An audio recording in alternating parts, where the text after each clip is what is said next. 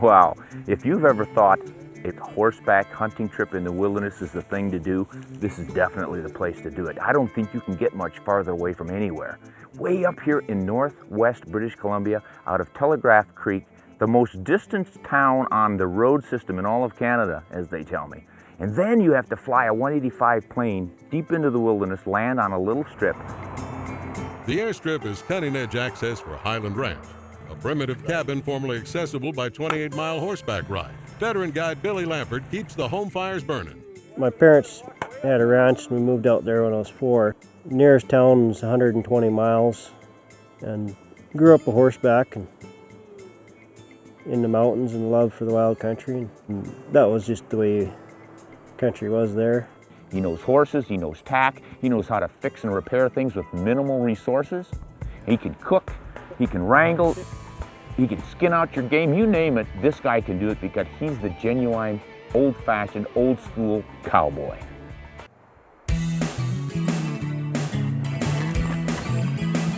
I've been on 3 mountain goat hunts before, and it's always been high going up the mountains for the goats. This is the first time we were on a high plateau looking down the cliffs. How many have you got so far? I've got at least 8. You get those 2 way off to the right there, pretty high on the shelf? Yep. What did they check out to be? Like a couple of young goats. You know that yellowish one over here by that black rock we talked about? You said that one was probably a Billy? Like 9.5 inches. Oh, you got that scope cranked up to 60? And you can see from that far that he's a 9-incher. Man. Goats are difficult to judge. The horns aren't very big to start with, and there's not much but maybe 2 inches of difference from a small 8-inch young Billy to a 10-inch book head. Oh, he's got his head laid over onto his back, sleeping. Look at that. Yeah, he's good looking bases. Yeah, he looks pretty heavy on the base. What do you do, come up from the bottom? About have to. You gotta go in from the top.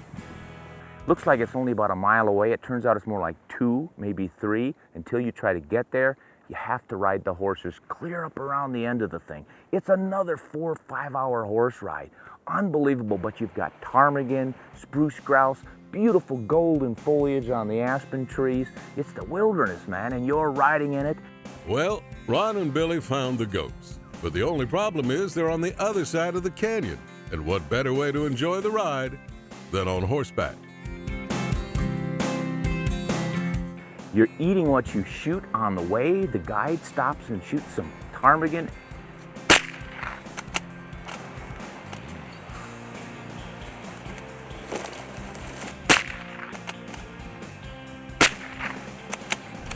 Dinner tonight. There's supper. Yeah, it'll be good. Even the cooking is primitive out here. There aren't any gas stoves. There aren't any backpacker stoves. There's no cook. It's just you and your guide. You make the fire pit. You fry up the potatoes. You cut up the grouse that you got that day. This is the way it was done 100 and 150 years ago. With no electricity, no telephone service. They had to get up and start the stove to get heat in the house. They had to take the time to do all the things that we take for granted with a flip of a switch these days. But rough country like this far north. Man, to think that humans were up here hunting these animals 150, 200 years ago. For me anyway, it's one of the fulfilling parts of being a hunter is that incredible rich heritage we have going so far back. And to think that I'm following in the footsteps of an ancient hunter just adds so much more to the whole experience.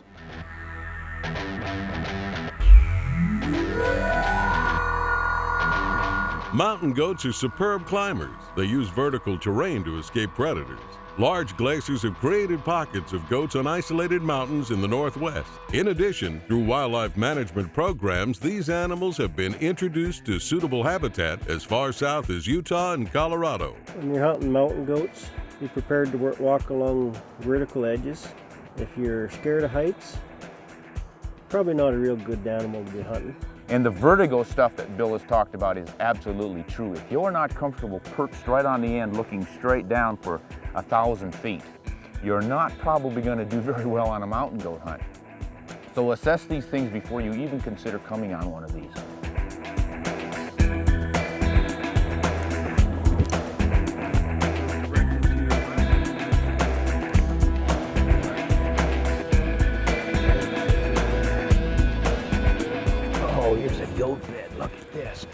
classic little ledge here, about 5 yards wide at the most. Got a good solid vertical wall behind them. They can get underneath it, and a cliff in the front so predators can't find them. This is just classic.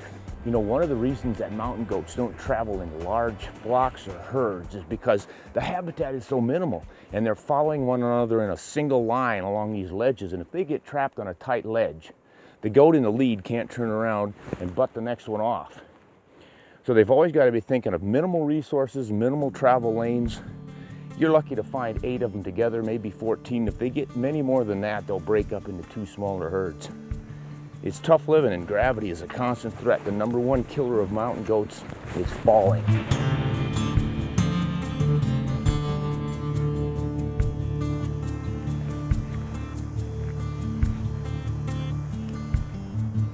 Oh yeah. Look up at these upper 5. Oh yeah. Man, that one is crammed in that little slot. How did he even get there? Golly. That space isn't much bigger than he is. It's like a young Billy. Got his eyes closed, sound asleep. But this next one, he got his legs all stretched out. Skinny little horns on that one, but they're long. There's that little one. Oh man, that must only be about a 3-year-old Billy. Oh, not much longer than his ears. All seem to have pretty nice coats. And they're all chewing cud.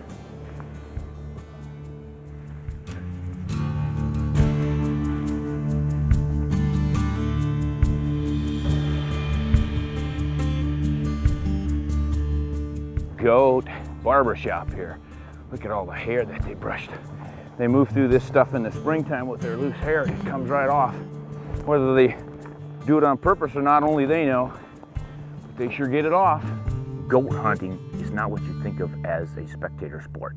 You've got to really get down and do it. No sitting around looking. You're hiking, you're glassing, you're peeking over edges, you're covering country. There are so many nooks and crannies in goat country that it's easy to overlook an animal that's as close as 50 or 100 yards because of the lay of the land. A lot of vertical stuff. So you have to put in the hours, you have to put on the miles, and you have to glass, glass, glass. But the big one is, wait a minute, nope, that's a bird wash. And there's one walking up over there, the best one. Oh, he woke up. Got a good look at his horns there. They do look pretty heavy.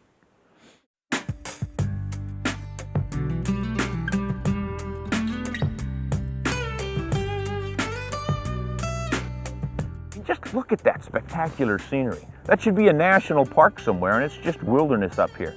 The beautiful fall color and those mountains rising in the background, and just being out in the weather. Whether you get game or not, it's an old cliche, but when you're in country like this, it really does pay whether you get game or not. Just to be able to freely roam in a land like this and take advantage of the hunting opportunities. What a freedom and what a privilege we have.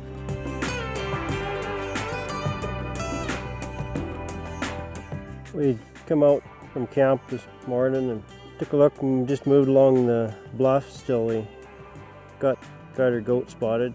And when we finally found that line of 5 bedded up on that rimrock ledge, I mean, that in itself, just seeing that was worth the price of admission. Look at the narrowness of that ledge that they're sleeping on, especially that closest one.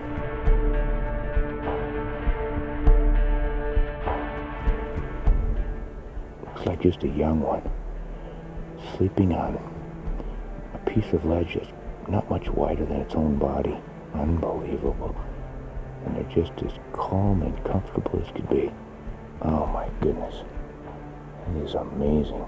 To be out here and see an animal that has probably never seen a man before, in its natural habitat, doing what it does so effortlessly. Those goats just make it look like we would on flat land. They were bedded down in some pretty steep country, so we just had to sit there and wait. There's no way you can shoot them on those ledges. The best one's the second one from back on top. That's a good one? That's the best one. Yeah, he's... Good look at his bases. Yeah, he looks pretty heavy on the base. After about a 5-hour wait, they finally get up to start feeding in the late afternoon. They fortunately came to us. Now here's the critical part for actually taking an animal, is you've got to see where you can make a shot that's not going to result in the animal falling down and breaking itself up too much. And with all these cliffs around here, it's not exactly easy. There's no way to get wide and scuffing them, but as long as they don't fall, they won't break a horn.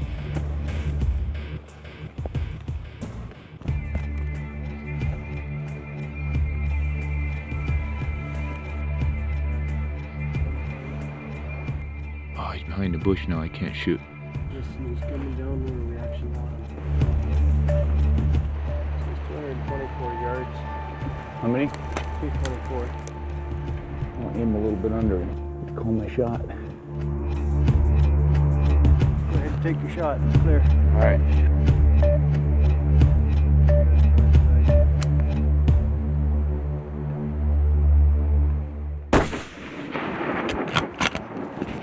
Got him. Yeah, he's hit hard. Yeah. Yep, I think I got him right in the heart. Looks like it. Good call. Nothing like a nice, clean one-shot kill. Took the shot. It was a well-placed shot, one shot down. Then come the hard part. We got to work our way down the mountainside to get to him. I thought we'd find a nice route down, and we got in a hairy spot where the rocks started breaking and falling down the mountain, and we were on handholds, and it was just a little bit hairy.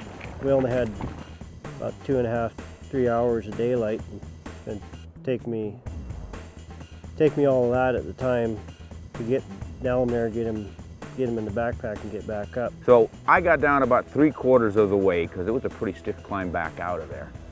And he made the rest of it himself. He got down to that goat, skinned it for a life-size mount, brought the meat, put it all in his pack, about 80 pounds worth, and climbed back up that mountain in 2.5 to 3 hours. I stood on the top and just marveled at how quickly he was going. And it was rough, rugged stuff. Some of this rock around here is just busted up, rotten. It rolls out from under your feet at unknown moments. It's a risk, it's a real risk. And I would recommend anyone out here, don't let macho push you beyond your abilities. You've got to listen to these guides. They make a living out here, they do it every day. They know what one can and can't do and the kind of risks that you're taking. And more credit to Bill and anyone like him that is willing to do that. Yeah, that pack is bulging. Believe that. I thought you were going to spend the night down there. Grab that. Okay. Oh yeah, that's 80 pounds anyway. Hey. Well, here's our Billy. It wasn't easy. What we said earlier about don't shoot one where you can't get at him almost came to pass here. We shot one that we could get at, but it was a Herculean effort, mostly of Bill's. We did manage to shoot him in an area where he wouldn't break his horns when he fell down. He mostly slid, but there were a couple of bad falls, but not too bad. Got nice hair already for this time of year, doesn't he? He's really thick. Right about this time they start thickening up. Yeah, that's dense right through there. You lose your hand in it. See how soft that is? Yeah, that's their famous sponge pad. But then they've got the hard keratin on the outer hoof for cutting in on the soft dirt and stuff. Mountain goat hunting can be a treacherous game. Among sky heights and craggy cliffs, these billies will test any hunter's stamina and comfort zone. But with such dangers and majesty as the background, there is no grander hunt. And thanks to our North American wildlife management programs, the legendary mountain goat hunts of old are ours to enjoy today.